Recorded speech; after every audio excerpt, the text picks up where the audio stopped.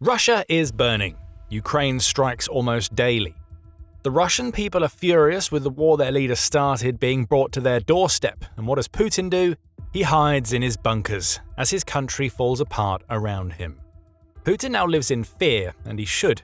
Ukrainians and Russians are out to get him, and all he can do is stay out of sight and out of mind as he tries to re-engineer his failing invasion. As terror grips his heart, Putin is ramping up security precautions and hiding away in secret bunkers as he fears everything that is happening around him. Assassination attempts have Russia's president spooked, and the fact that Ukraine not only has long-range weapons that can hit Moscow, but is pulling ahead in the deep strike game, means that Putin no longer feels safe anywhere. That's according to a leaked European intelligence report that The Independent covered on May 6th. The report says that Russia's supposed strongman leader has become so concerned for his own safety that he is spending the vast majority of his time hiding away in a bunker somewhere in the Krasnodar region. The parallels to Hitler in his final days are unstated in the report, but we see the similarities. Just as what happened prior to the fall of the Nazis when Hitler spent his final months rambling about victory while tucked away where he thought he was safe, Putin is staying underground while trying to lead a campaign that is failing in Ukraine. Security around Russia's leader is tighter than it has ever been. Nobody gets even so much as a sniff of Putin without extensive FSO screening. Cooks, photographers, and even the very bodyguards tasked with protecting Putin with their own lives are poured over to an insane degree. And now if you work for Putin, you can wave goodbye to any semblance of a private life that you once had.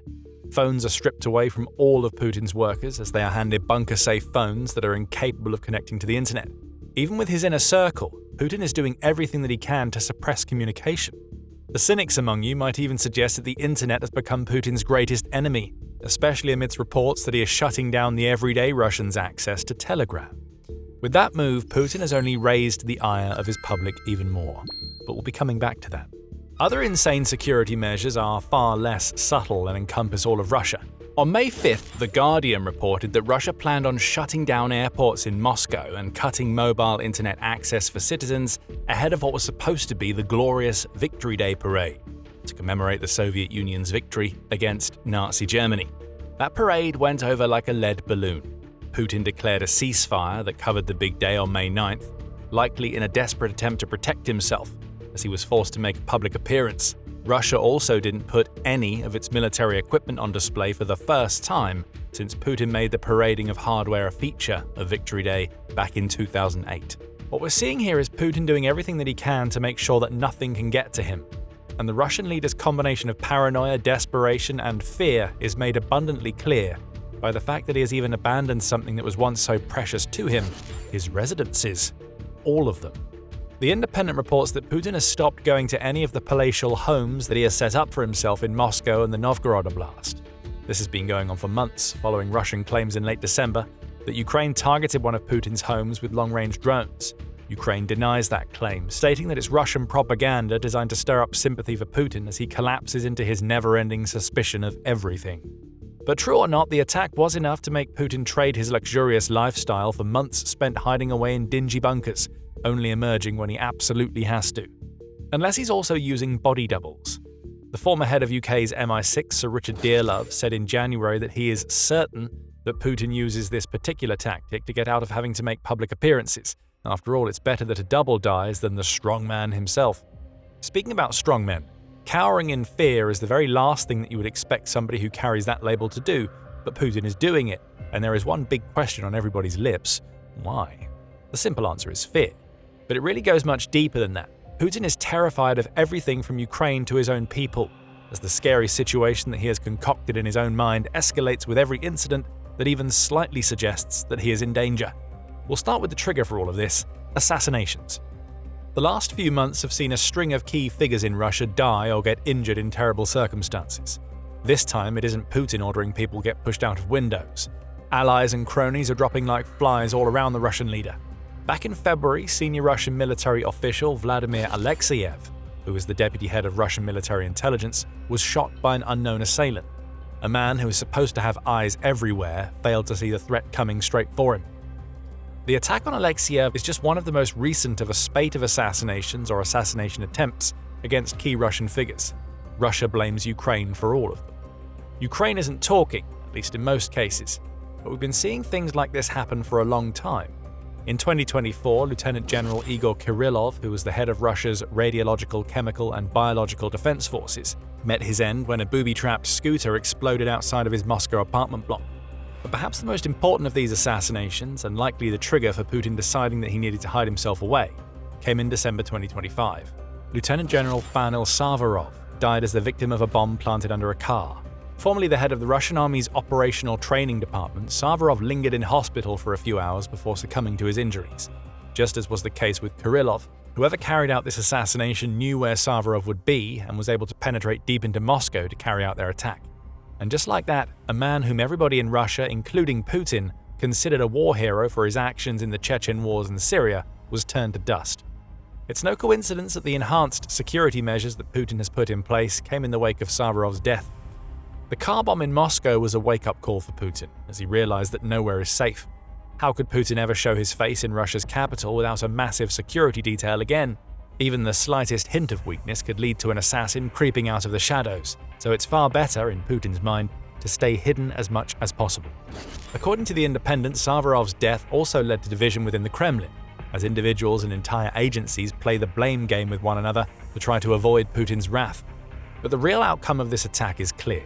Putin has hidden away, and he has given Russia's Federal Protective Service, or FSO, more power than ever before in a desperate attempt to prevent anything like this from happening again. In December, Putin amended FSO regulations to provide enhanced security for 10 high-ranking generals, whom Putin knows that he can't afford to lose. We guess that Alexeyev must not have made this list. Or he did, and a shooter got to him anyway. Handing over so much power to the FSO is a crazy gambit for Putin. The FSO has used that power to severely limit Putin's movements, the Robert Lansing Institute notes, and they may be one of the reasons why Putin now spends so much of his time underground.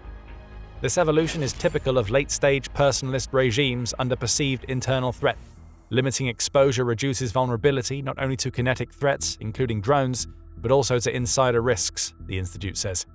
It's almost as though the FSO knows that the inevitable is coming, and it wants to be the organization in control when Putin is finally gone. The conspiratorially minded will say that the FSO is more than happy to fuel the fire of mistrust that is clearly evident in the Russian political system right now. And while that is another issue for Putin, we can't ignore the kinetic threats posed to Putin's regime. Ukraine's drones are as much of a threat in the skies as the assassins are in the shadows. But before we go deeper into that, this is The Military Show. We bring you the full picture, not just the headlines. So hit subscribe to ensure that you stay ahead of the curve. On May 4th, Ukraine unleashed a drone against Moscow city that managed to evade all of the city's air defenses to score a direct hit against the Mosfilm Tower. The attack didn't cause any casualties, and it's unclear whether the luxury high-rise was Ukraine's intended target. But the fact that this attack occurred less than a week before the Victory Day parade, and just 3 kilometers away from Russia's defense ministry, sent a clear message to Putin. Ukraine can hit Moscow. You aren't safe in your own capital city. Putin is terrified of Ukraine's drones, and he should be. The last few months have seen Ukraine engage in a concerted long-range campaign that shows Russia's president that it can hit deeper, more frequently, and with much greater intensity than it ever has before. Ukraine's deep strike campaign has grown so intensive that it's a fair statement to make that almost nowhere in Russia is safe for Putin anymore. At least, not anywhere that he would want to be. We can see that from the increase in drone numbers over the last couple of years. As United 24 media reports, August 2024 saw Ukraine launch a little over 1,000 drones against Russian military targets. By July 2025, that number had tripled. And then in March 2026, both Ukraine's Air Force and Russia's Defense Ministry confirmed that Ukraine had launched around 7,000 long-range drones and missiles at targets in the Russian rear. This isn't intensification for intensification's sake. With 7,000 strikes in a month, Ukraine has officially surpassed Russia's highest monthly numbers. Of course, it's not just the volume that has Putin so scared, it's the depth. As the commander of Ukraine's unmanned systems forces, Robert Brovdy, points out, territory up to 2,000 kilometers deep into Russia is no longer safe from the new generation of long-range drones and drone missile hybrids that Ukraine has created. And Russia knows that it isn't bluster from Ukraine. Overnight on May 5th, Russia was forced to issue an air raid alert over 2,000 kilometers from the Ukrainian border on a night when Ukraine sent drones that targeted at least 18 regions of Russia. The range that Brovdy proclaimed is confirmed by that one alert. The burning Russian oil refineries and shattered military infrastructure all over Russia confirm that Ukraine's drones can do damage as well as travel deeper than Putin ever could have expected. Militarily, the depth of Ukraine's drone strikes changes a lot for Russia. Oil is having to be diverted as Ukraine destroys export hubs and makes it more difficult for Russia to get fuel to its soldiers on the front lines. But it's the psychological component that is the most damaging, especially for Putin.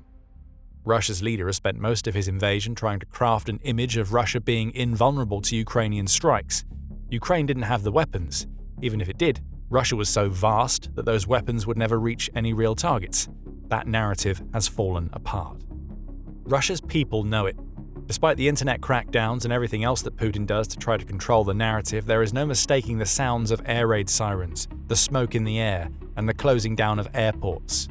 Ukraine's drones are striking deeper, and nobody is more aware of the danger that they pose than Putin himself.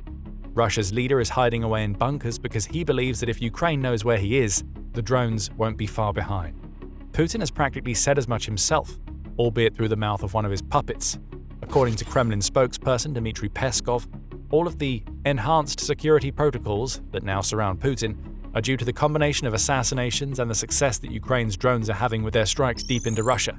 Against the backdrop of this terrorist threat, of course, all measures are being taken to minimize the danger, Peskov claims. This supposed terrorist threat was the reason why the period between May 2023 and December 2025 saw Russia move a large number of its Pantsir S-1 and S-400 air defense systems to Putin's homes in Moscow and Novgorod.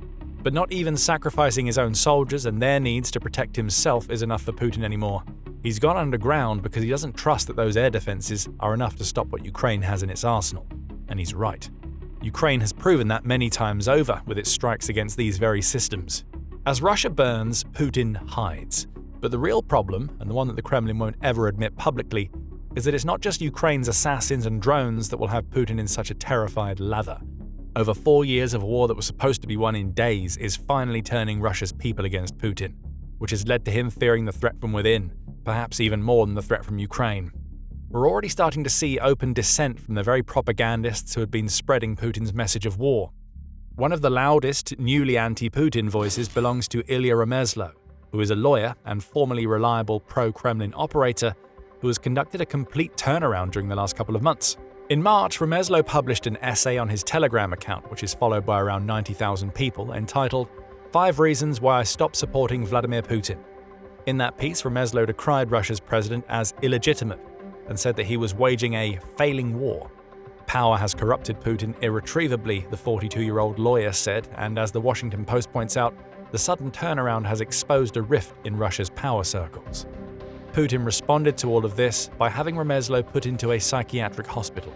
Remezlo is now out, and he's continuing his anti-Putin campaign. Remezlo is just one of Russia's many infamous Z bloggers who are starting to turn against their leader. These bloggers, who have used platforms like Telegram to create pro-war sentiment on behalf of Putin for years, are finally starting to wake up to the fact that the tide of public opinion is turning against their leader. They are following the tide, perhaps expressing their true opinions on Putin's leadership for the first time. Rybar, who is among the most prominent of the Z bloggers, is already calling the Ukraine war a dead end, as he calls out commanders hiding losses from Putin and officials who are stealing from Russia's soldiers. The reasons behind Putin's crackdown on Telegram are becoming a whole lot clearer, but it's remarkable that the last few months have seen such an uptick in anti-Putin sentiment among those who are supposed to be Kremlin loyalists. It's starting to look like the key influencers are beginning to grow more confident in asserting their voices and letting Putin know that they aren't happy with the way he runs things. Would that be happening if Putin weren't tucked away in a bunker and disconnected from reality in Russia? It's hard to imagine that it would. Mirroring this very public outrage among former loyalists, the approval ratings for Putin are also in freefall. According to the Russian state-run pollster VTS-IOM, Putin's approval ratings dropped to 65.6% for the week ending April 19th, which was the 7th straight week that they fell, and the 12th week out of the last 14 that they declined. These are the sharpest drops in public approval that Putin has experienced since 2018, when Russia reformed its pension system, and they're sending a clear message to Putin: Russia's people aren't happy. The next round of results was meant to be published on May 1st, the Moscow Times reports on its Telegram channel. They weren't. They could be excused due to May 1st being a public holiday, but VTS-IOM also didn't publish the latest results on May 4th, which was a working day. There appears to be some massaging of the results going on here, and these are all unsubtle signs that Putin needs to worry. If his approval ratings are so low that he has to, allegedly, have his cronies hold back those ratings for a week so they can be tampered with, then Putin truly is in the endgame period of his dictatorship. He's hiding away just as Hitler did during his final months. Putin is trying to control the narrative around him, even as that narrative falls apart. There is now open hostility being expressed toward Putin from former loyalists, and there are even whispers of a coup in the offing. Putin is now weaker than he has ever been during his 26 years at the top of Russian politics. He knows it, and according to the Times, Putin is increasingly worried that there is a plot being formulated by members of Russia's political elite to take him out of the picture. That plot could even involve the assassination of Putin using drones, the outlet claims, which means that Putin has to worry about flying terrors from within Russia as well as from Ukraine. The US striking Ayatollah Ali Khamenei with bunker-busting bombs during the opening day of Operation Epic Fury in Iran won't be doing Putin's nerves any favors either. That strike made it clear to him that foreign intelligence officials may well know where he is, no matter how much he tries to hide.